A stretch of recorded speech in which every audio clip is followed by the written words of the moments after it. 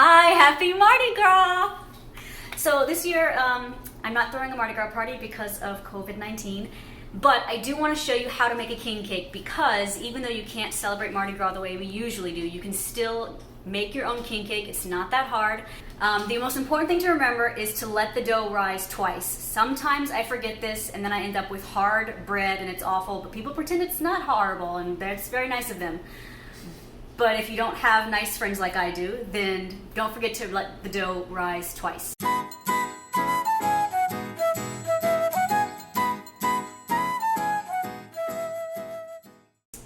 Okay, we're gonna start with melting 1 stick of butter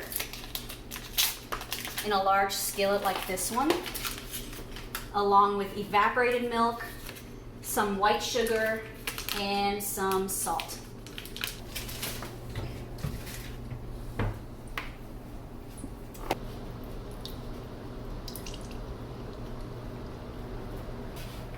One-third cup of sugar, 2 teaspoons of salt.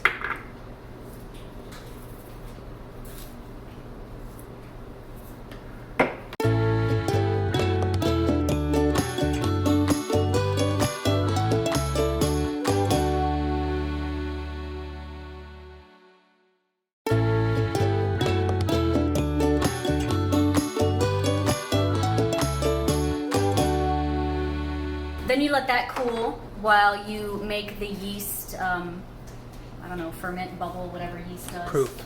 1,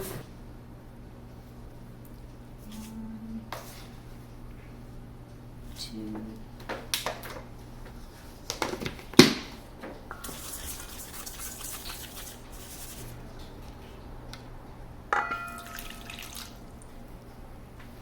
Then you let it sit here for 5 to 10 minutes so it can bubble and give birth to the yeast. So this stuff will last for a really long time in the freezer. You'll notice that it comes 3 to a pack and you only need 2, so I tend to have extra on hand even though I make this only once a year. So I stick it in the freezer and then it's good. Alright, it's been 10 minutes and you can see the yeast is kind of foamy and got some bubbles in it and has worked its magic. Now we're gonna add 4 eggs and then we're gonna pour in the stuff we made in the skillet.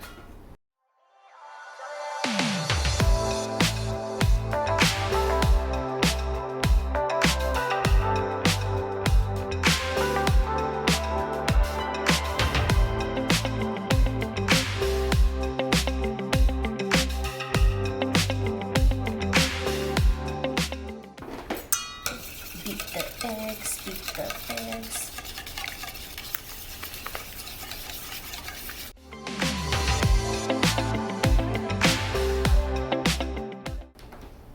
And this should still be relatively lukewarm.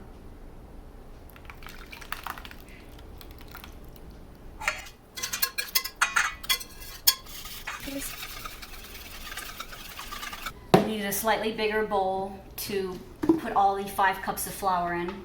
So we're gonna add 5 cups of flour, 1/2 cup at a time. So we're doing 10 of these. There's gonna be an extra cup for the recipe that you'll use to dust your surface to roll the dough.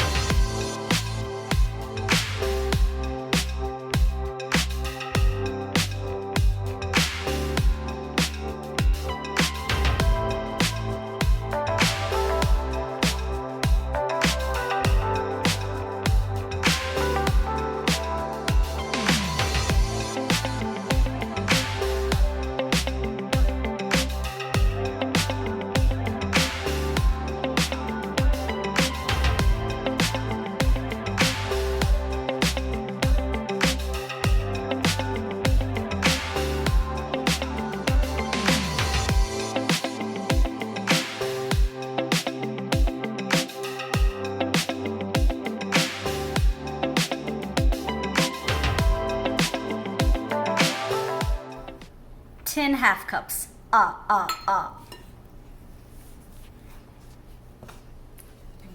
was the count. Yes, I know.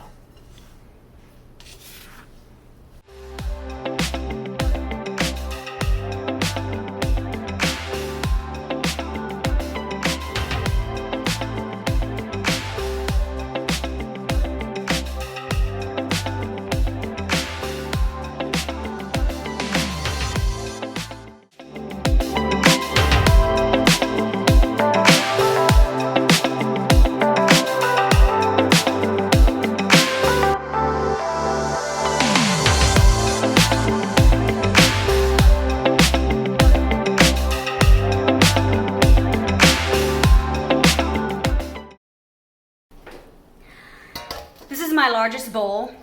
I don't know the quantity, but get your largest bowl, grease it with butter, and we're gonna put the dough in, then flip the dough so that there's butter on the top, and then we're going to let it rise.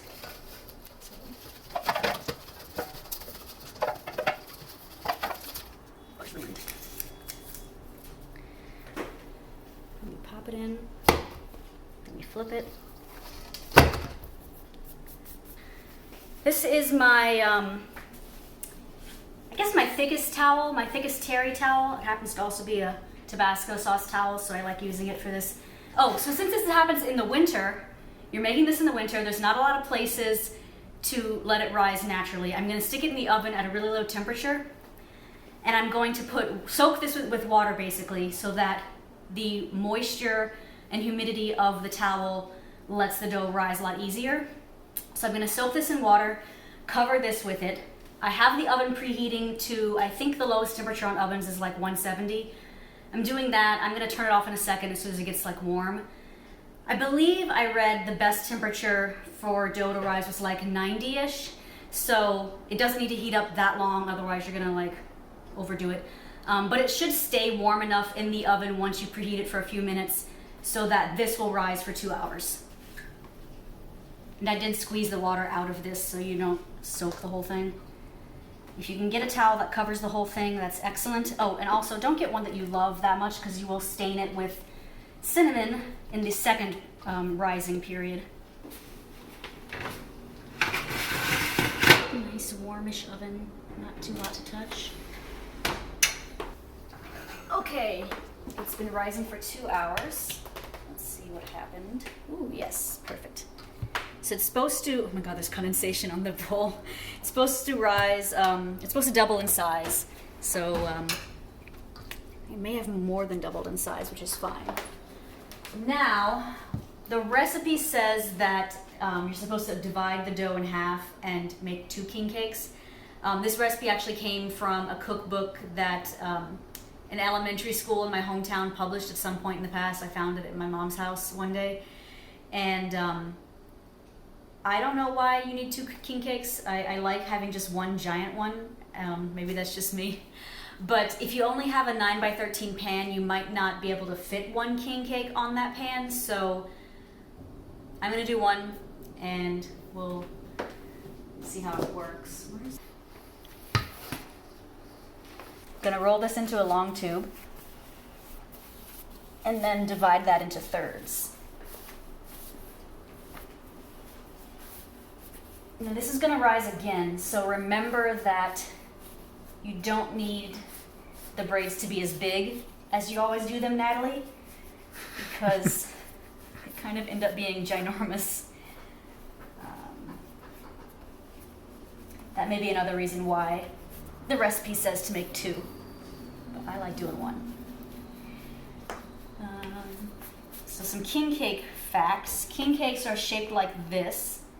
I think the circle has to do with God or something, because you may not know this, but Mardi Gras is actually a religious holiday. It's not a holiday where you show off your cup size and brag about that. And it's usually braided, which I think has something to do with the Trinity, or the 3 kings who visited Jesus. I don't know. You don't have to braid it, but braiding it is fun, and it's kind of like something that makes it super obvious that it's a king cake.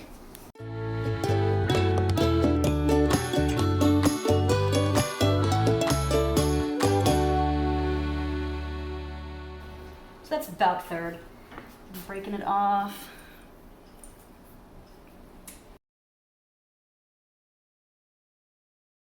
Then I'm going to flatten this out and brush butter onto the flour. Yeah, those are not even. My braids are never even. Guess what? It still tastes good. I could measure it if I wanted to be extra. Okay. So the recipe actually says to melt an entire stick of butter, which I find to be way overkill. This is 2 tablespoons. If I feel like I need more, I'll do more.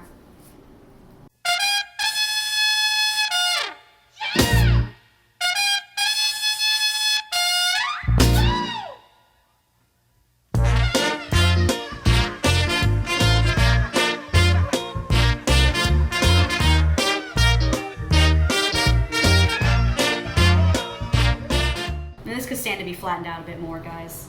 Flatten it out as much as you want. Okay, now this is the filling. King cakes also have other fillings like Bavarian cream and jams and I think other creamy stuff. But the original filling is just a mixture of brown sugar, white sugar, and cinnamon, which I'm stirring with my finger.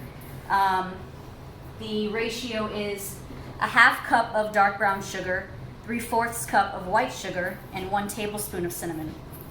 And actually, I should probably alter the recipe because this is always way more than I need, and then I have nothing to do with I have nothing to make with the sugar afterwards. Maybe I'll make some cookies with this, some cinnamon sugary cookies or something. I don't know. So it's pretty well mixed. So now we're going to kind of pour it on. I mean, I usually just do this because I'm a messy baker. You want to, which I did not do, don't get close to the edge because that butter is going to need to touch the dough and seal this up in a tube. If it doesn't seal, it's not the end of the world. It'll just kind of fall out while it's baking, and that's not a big deal because that's basically how I always make it. It never seals perfectly.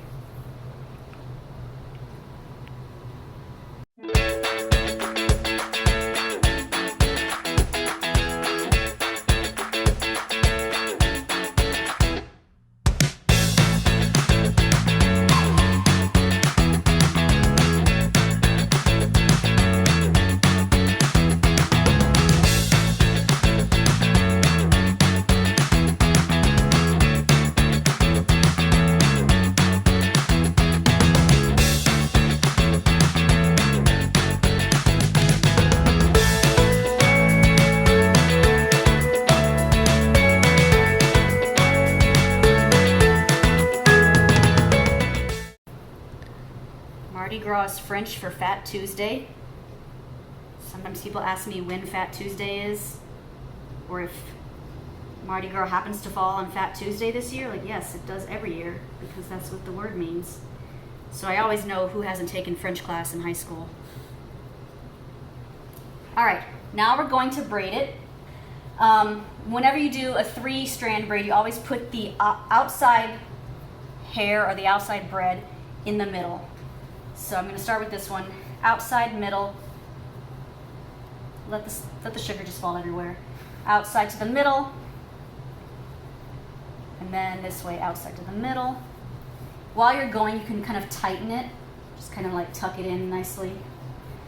Outside to the middle.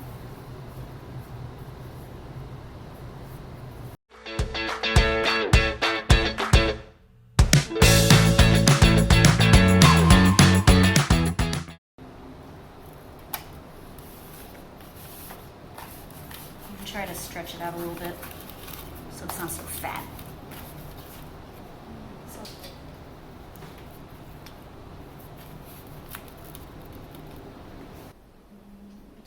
Cover.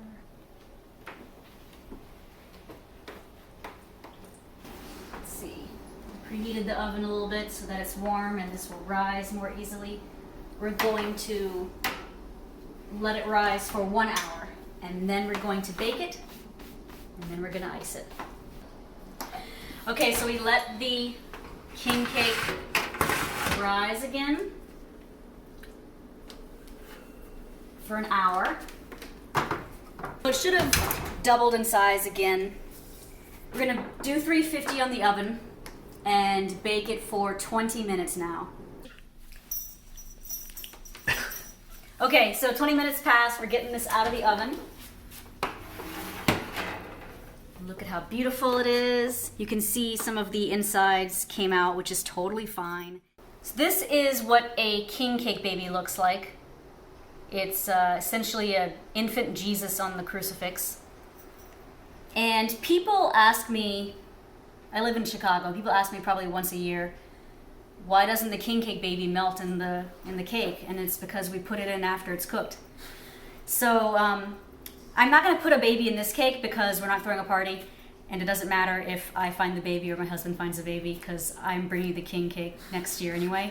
The thing with the baby is if you find the baby, it means you're king for a day and you have to bring the next king cake to the next party. We eat these all season long, starting from January 6th, which is the day of the Epiphany, through Mardi Gras Day, which is always the day before Ash Wednesday.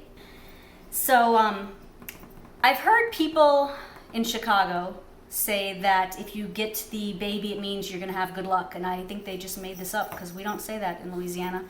Or it's a new thing and they didn't say that in the 90s. Anyway, you're just king for a day, which is like you get to be the line leader in your 5th grade class, going to the lunchroom or something. That's all you do. So usually when I make this for parties, I decide that I want to know where the baby is so that I can ensure that we're gonna find the baby during the party and somebody will get like a prize. I always do that. So I'll typically wait till it's iced and then just slip it underneath under one of the colors of icing. And then I'll tell myself it's under yellow this year and make sure I cut near yellow. If you don't wanna know where it is, you can do my other trick, which is closing your eyes and spinning it and stopping it and then just like lifting underneath with the eyes closed and putting it under somewhere there. So you won't know where it is. And then usually the other trick is to spin it again and then ice it. It's very, very involved, but that's my trick when I don't want to know where the baby is. So right now we're gonna let this cool and we're gonna make the icing. This recipe says the icing should be 3 cups of powdered sugar, 1/4 cup of lemon juice, and 3 to 6 tablespoons of water. I think that's a lot of sugar. I don't think we need that much on the king cake. I'm gonna start with 1 cup of powdered sugar, and then the rest I'm just gonna like eyeball and taste because it's not as important. Like you'll be able to tell. It's gonna be a nice, sweet, slightly lemony flavor, and it's going to drizzle as well. It doesn't harden like sugar cookie icing does. Yeah, so if you get the wrong consistency here, then you can add water, add powdered sugar.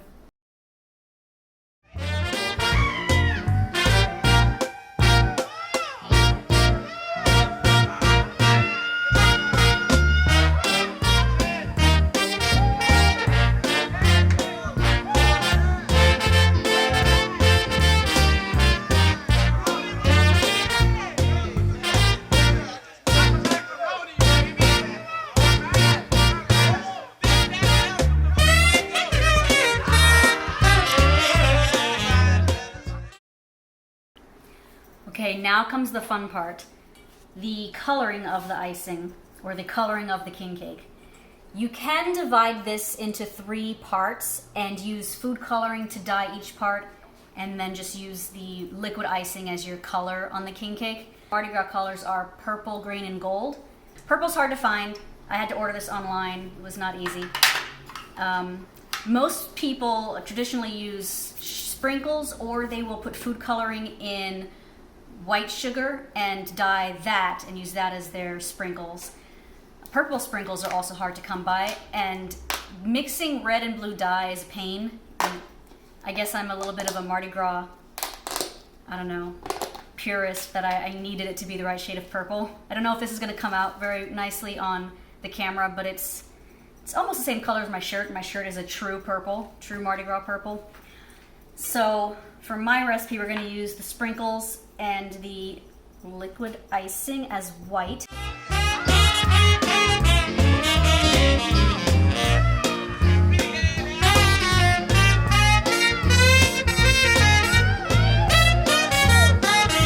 Now When I was an Albertsons bakery employee in 2004 or something, we always made sure our king cakes had 2 bunches of the colors. So I'll do 2 sections of purple and they're directly across from each other, and then 2 sections of the others also directly across from each other. So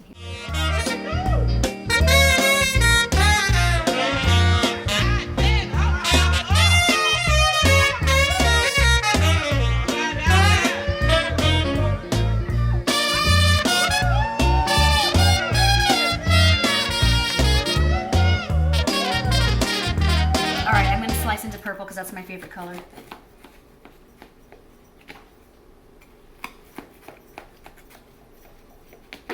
So much sugar.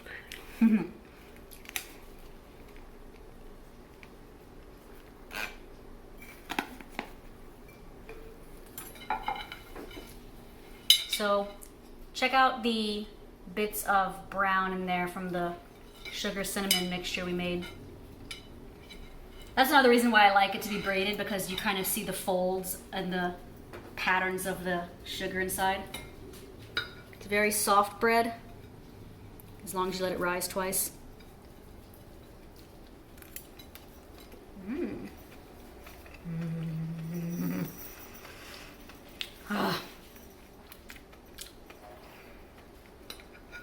Sorry, it doesn't feel like Mardi Gras till I've had king cake, so this is exciting. You can see the sugar there a little bit. And it doesn't taste exactly like a cinnamon roll. It looks like a cinnamon roll, but there's an extra flavor of something. I don't make bread enough to know what it is, so I just think it's like king cake flavor. So it's really sweet, but not ridiculously sweet, unless you overdo it on the sugar. It lasts for days. As you can see, this is really 2 king cakes in one. By all means, freeze half of this since you're not throwing a party this year.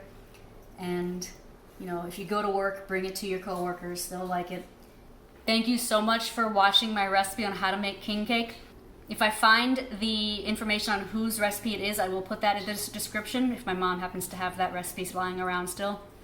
Otherwise, I'm just going to credit somebody affiliated with North Lewis Elementary in New Iberia, Louisiana from the 80s or 90s. Anyway, thank you again. Hope you love it. It's one of my favorite things to make, even though it takes a long time because of all the hours of rising.